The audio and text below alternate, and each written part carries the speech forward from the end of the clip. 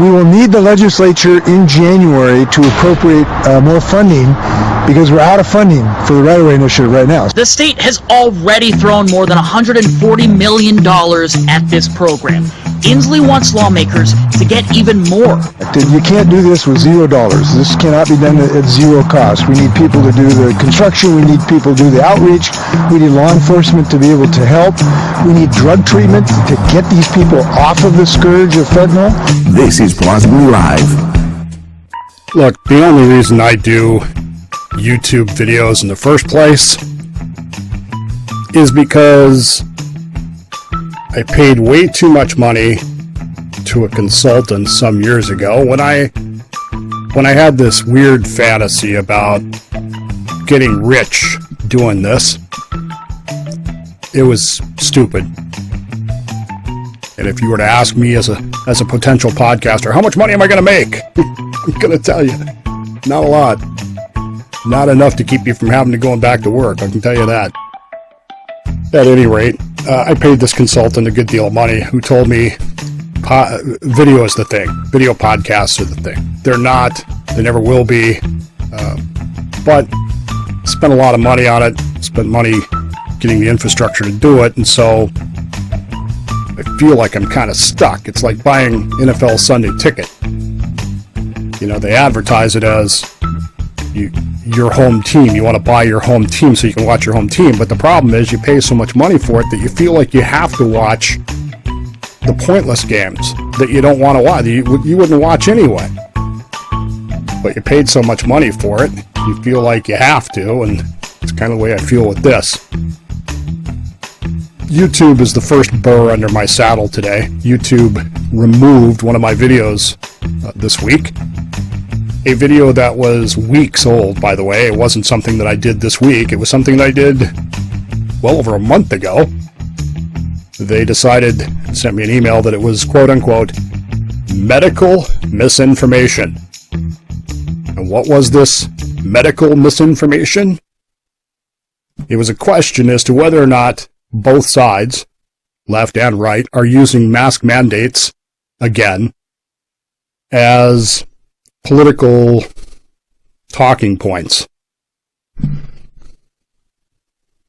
That's what it asked. But it had a picture of a person wearing a mask on the cover photo, and the title of the show was Mask Mandates Redux, and so they just assumed that it was medical misinformation. Well, I'm kind of pissed off about them removing that, and I realize we've had this discussion before about YouTube removing stuff, social media, editing content. I get it. I know we've had that. The problem is that there's a functional issue here with this podcast. I can't speak for any other podcast, but this podcast, there's a functional issue because of its purpose, which is a record for my son to be able to look back at some point in the future. I have to be able to maintain a permanent presence. For that, you need space. Space costs money. So there's two ways to do this. You could either pay a lot of money, get a lot of space, put it there, but then you run into the problem of most of those companies operate on a month-to-month thing. In other words, you can't permanently buy, 400 gig of space for an affordable price. And so consequently, if you don't pay the monthly bill, which would happen if I were to become incapacitated in some way, that material then goes away. So you need permanence, which means you got to have someplace free, which comes with trade-offs, and I get that. I get the trade-offs for Spotify, I get the trade-offs for YouTube, I get the trade-offs. But you got to have that space and you got to have that permanence in order to maintain that. And so sometimes you have to put up with nonsense. Spotify is our podcast host. I used to do it myself, but again, I run into that problem of space versus, what happens when I am incapacitated and don't pay the bill anymore. So I use Spotify because it's free and because so far, at least, it provides what I need. There are a lot of people in this business who hate Spotify, and that's fine. These are people that, for the most part, think they're going to get rich doing this, but, there you go. There are other video alternatives. Rumble is the one that is particularly of note. Rumble is okay once it's there. That's the problem with Rumble, is it is slow as all get out. Literally what takes an hour to upload on YouTube takes 4 hours to upload on Rumble. And I'm sorry, I just don't have that kind of time to sit here. I just don't. And yeah, I know I could just push the button and walk away. But you're talking about using bandwidth, you're talking about using, your computing time.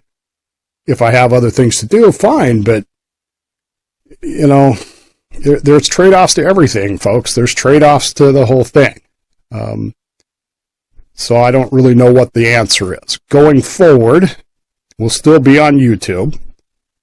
I have an issue with, I got to be careful because I don't want my channel removed. There are things on my YouTube channel that are not related to the show, and they're the only place that I have them. And now that YouTube has disabled downloading videos, yes, I know you can pay for premium and save them. It's not the same thing. But thanks to Facebook removing my account last year, the only permanent location I have some of those things is on YouTube. And so if they delete my channel, those things are gone. So I gotta figure that out. I gotta figure out how to get that stuff saved permanently, and I gotta protect it.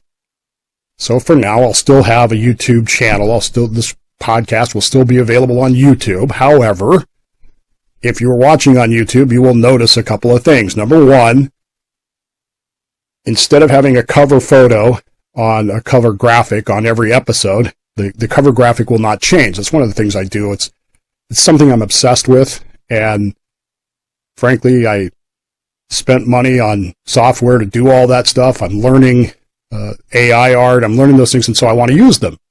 It's fun. It's interesting. It keeps it, to me, it keeps it, on edge. So I usually change the graphic for every episode.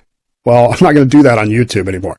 From now on, the graphic on YouTube will be a unicorn with rainbows flying out of its butt. And the episode descriptions that you would normally read, which are normally just verbatim copies of what's on the website to the YouTube channel, will now be generic, nonsensical kumbaya nonsense. So if you watch on YouTube, you can just ignore all that crap because it will have nothing to do with anything, because I'm convinced that YouTube doesn't actually watch the videos. I'm actually convinced of that. They simply look at titles, graphics, and go, ooh, this is medical misinformation. Even though what it was a political question, and there you go. So that's the first burr under my saddle today. The second burr under my saddle has to do with what I used to do for a living. I think most of you know this, but on the off chance that you don't, and I know Ben will know by now, I used to work in social services. I was particularly affiliated with the Salvation Army. I grew up in the Salvation Army. My father was a Salvation Army officer. My grandmother was the social services director in Oklahoma City when I was a kid. It's something that I'm very familiar with. It's something that I did for many years. When I was 11 years old, my father was assigned to what we called in the Salvation Army a Harbor Light Center, which is essentially a homeless mission, very on par with the gospel mission, Union gospel missions, those sorts of things, in downtown Denver, what they call now Lodo, Lower Denver. It's a very fancy shopping area now, but back then it was what we called Skid Row. That's where I grew up. 11 years old. My best friends are winos and prostitutes on Larimer Street in Denver. It's weird. So I grew up doing this stuff. After my time in the Navy, I became a Salvation Army officer. After I left that particular ministry, came to Modesto, California, where I was the business administrator. And as part of my duties as a business administrator, I opened the homeless shelter there in Modesto, the Salvation Army homeless shelter that's still there. You can go down and see it and see those services. Now, when I opened it, it was not what it is today. It was simply a warehousing shelter because, frankly, that's what I believe needed to happen. I've never accepted transitional housing as an idea. I don't think it works. Blah, blah, blah. The problem with these homeless, and I'm just going to call them what they are, they're grifts, is that what we're seeing here in Washington State and around the country just drives it home. The problem is government money. I know that sounds like a stupid thing to say because, governments are supposed to solve problems, but it really is the problem with homelessness. People say, what do you got to do to end homelessness? I can tell you what to do to end homelessness. Stop putting government money into it. The only reason the homeless are there is because there's money to pay for their services. Look, I wrote grants. I wrote applications for funding. The problem with government money is twofold. Well, it's more than that, but there's two primary problems, particularly when it comes to homeless services. Number one, every contract that you get, say you get a contract to provide, 50 beds for 4 months, 120 days, whatever, a year for X number of homeless people. And that's going to cost you so much money. Again, these are not real numbers. I'm just, for simplicity's sake, let's say it's going to cost $100,000 to do this. You have to match that 10%. Now, you could do it in kind, but that gets a little funky accounting-wise, and unless you're really, really on top of that, it's going to be difficult. And believe me, when the auditors come, they look very, very unkindly on in kind. So that means you got to come up with cash match in most cases to do that. So you automatically have to come up with $10,000 to get this $100,000 from the government. So you're already $10,000 of your own money into this, of your organization, before you even touch the $100,000 that you might have gotten from the government. The second problem is that I have never seen one that didn't require, I've never seen a government contract or even a United Way contract that didn't require an increase in the amount of service you provide year over year. So think about this for just a minute. To get the government money, or in United Way money in most places, you have to actually increase the services you're giving to homeless people. Anybody else see the problem there? If you're increasing the services, how are you reducing homelessness? If I'm supposed to provide 50,000 bed nights this year, and next year I have to provide 60,000 bed nights, how am I reducing homelessness? In fact, what am I going to be doing? I'm going to be out scouring, looking for people to fill those extra 10,000 beds. What are they actually spending that money on? Well, of course, personnel is the biggest part of that. And I don't fault that when it comes to social services. Look, somebody has to do the work. I get that. So personnel becomes a big part of that. But what I was starting to see when I left the biz was more and more requirements for advanced degrees, masters in social work type degree, which means that these people aren't going to work for, low wages. They're full-time employees, so that requires benefits and personnel costs going through the roof. And it seems like to me, what I was seeing when I left the business was that it was becoming counterproductive.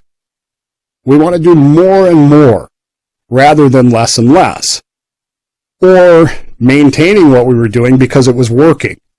I go back to this all the time. When we opened the shelter in Modesto, we were having a problem in Modesto with homeless people committing small crimes to get elected, or arrested. It's not well, maybe elected, who knows?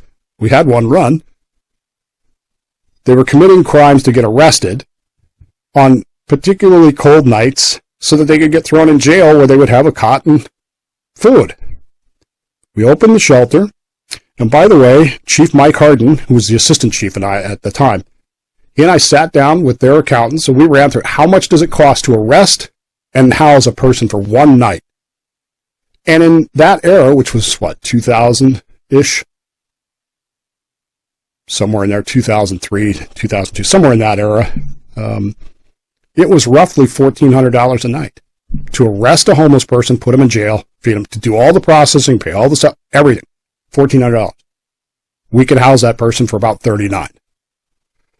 When you had to pay, for the electricity, and we got the building donated, and we got the food donated, but you still had to pay people to be there to watch stuff. And why not get volunteers, Dave? Because volunteers, it's a great idea, doesn't work in principle. Doesn't work in practice. Great idea in principle, doesn't work in practice. Anyway, we figured out we were saving the city close to $250,000 a year by running that. But of course, now we want this to be more. We want it to be transitional housing. We want it to be this and that and then. And while I wasn't part of it then, I did find out much later that they were running a significant deficit trying to do all this stuff. Why is this a burr under my saddle? As you heard at the top of the show, State of Washington, led by Governor Inslee, has spent $143 million this fiscal year. 1 year. $143 million on what they call the, what do they call this thing? I forgot the name. It's right-of-way safety program. The right-of-way safety initiative. Now what this is homeless camps that are on right-of-ways, state right-of-ways. We're going to clean those up. 3 cities have primarily benefited from this: Seattle, Tacoma, and Olympia. That's it. And of that, $143 million, they have removed 1,229 people. I'm sorry, 1,299 people from these encampments. Let's just call it 1,300. Of those 1,300 that they removed, 870 said, sure, I'll accept your free miniature housing that you built. And of those 890, according to the state statistics, remember this is a 1-year program, 126 have, quote, successfully exited the program, unquote. I don't believe that number. I can tell you that in my own experience, in 15 years of doing this, the number of people who, quote unquote, successfully exited the program was 0. Because it's all in how you define successfully exited. Oh, after 6 months, are they still housed? Check. Oh, successful program. Where are they after a year? Where are they after 2 years? If they're back on the streets, it wasn't successful, but that's not how these government people think. They say 126. I don't believe that number. Just in case you're not doing the math, that means that to clear out 1,300 people cost us roughly $110,000 per person to remove them from the homeless camp. Which, by the way, only 870 went somewhere else, which means where did the rest go?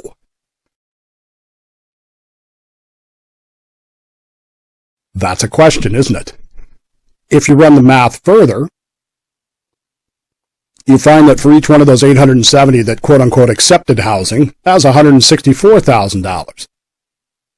And if you take the 126 that quote-unquote successfully exited the system, $1.137 million per person.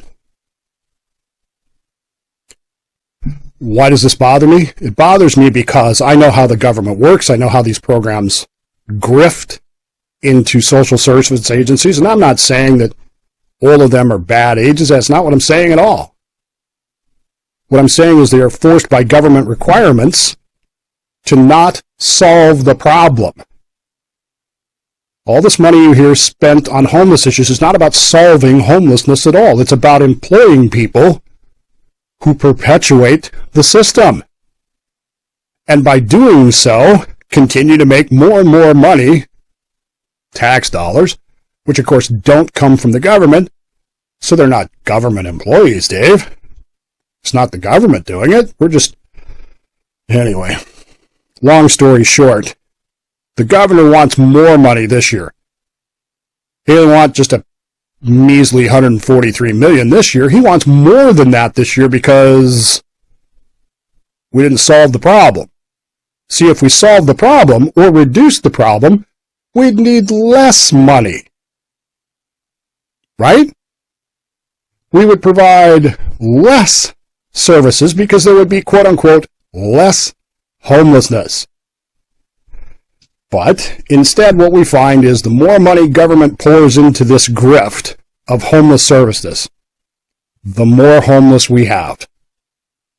Parkinson's social law, right? I don't know, man. I watched the governor give that speech, do that interview, and I just wanted to throw things at my television. Just pissed me off. $143 million in 1 year. And I just think back to what we were doing was so successful. It was so... We were saving the city money.